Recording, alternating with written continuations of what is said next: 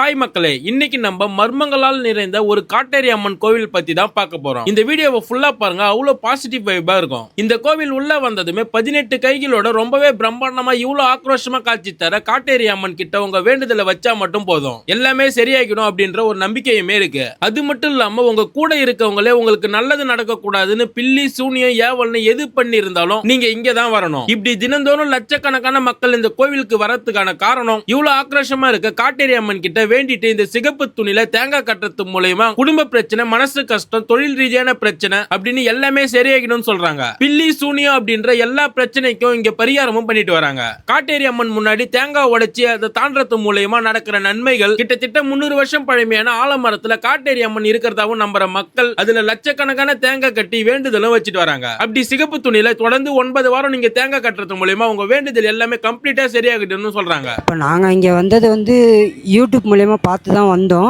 இந்த இடத்துக்கு வந்தாக்கா நம்மளுடைய வாழ்க்கையில் உள்ள பிரச்சனைகள், கடன் தொல்லைகள் எல்லாமே விலகும் அப்படின்னு யூடியூப்பில் பார்த்துட்டு தான் நாங்கள் இந்த இடத்துக்கு வந்திருக்கோம். இதான் ஃபஸ்ட் டைம் நாங்கள் வந்திருக்கோம். இந்த இடத்த பார்க்கும்போது எங்களுக்கும் மனசு ஒரு நிம்மதியாக இருக்குது.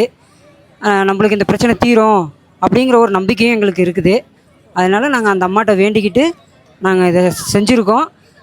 எங்களுக்கு இந்த அம்மா புண்ணியத்தில், இந்த அம்மாவோட அருளால் எங்களுக்கு இந்த கடன் தொல்லை, எங்கள் குடும்பத்தில் உள்ள பிரச்சனைகள், எங்களுக்கு தீங்கு விளைவிக்கிறவங்க, இந்த பிரச்சனைகள் எல்லாமே அந்த அம்மா தீர்த்து வச்சிட்டாங்கன்னா நாங்கள் அடிக்கடி அந்த ஆலயத்துக்கு வந்து இந்த அம்மாவை தரிசிக்கிறோம் அப்படின்ட்டு ஒரு மனசுல ஒரு எண்ணத்தோட இருக்கிறோம். அது மட்டும் இல்லாம மூலிகையால் செஞ்சு கொடுக்கிற பிரசாதத்தை குடிக்கிறது மூலம் உங்க உடம்புல இருக்க எல்லா பிரச்சனையும் சரியாகிறது மட்டும் இல்லாம குடிப்பழக்கத்துல இருந்து மீண்டும் சரியாகி வந்துருவாங்கன்னு சொல்றாங்க. ஆல்கால் ஃபுல் ஆயிடுச்சு, குடிக்கிறதுல ரொம்ப லாஸ் பண்ணின்னு இருந்தேன்.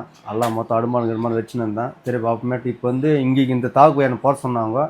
இந்த தாக்கு வந்தது மேலே இப்போ நான் இந்த மந்து குடிச்சதுனால எனக்கு அந்த நினைப்புன்னு வரமாட்டேங்குது. 3 டைமில் குடிச்சிட்டு விட்டலான்னு இருந்தேன். அப்புறமேட்டு அந்த சாமியே வந்து என்னை வர சொல்லிச்சு, 5 வாரம் குடிக்க சொல்லிச்சு. அதனால் சொல்லிட்டு நான் இந்த காசு போனவர் போட்டேன்னு சொல்லிவிட்டு என் உடம்பு நல்லா இருக்கணும், என் ஃபேமிலி நல்லா இருக்கணும் அப்படின்னு சொல்லிட்டு வந்து குடித்தேன். அந்த ஞாபகம் எனக்கு வரதில்லை, இப்போ இப்படின்னு வரதில்லை. எங்கள் சென்னையிலேருந்து வரோம். நாங்கள் சண்டே வரோம். வாரம் மெயினா 252 அடியில இந்தியாலேயே மிகப்பெரிய பிரத்யேக ஸ்டாச்சு இந்த கோவில கட்டிட்டு வராங்க. இங்க இருக்க காட்டேரி அம்மனை நம்பி வர மக்கள் பசியோட போக கூடாதுன்னு 24 மணி நேரமும் அன்னதானமும் பண்ணிட்டு வராங்க.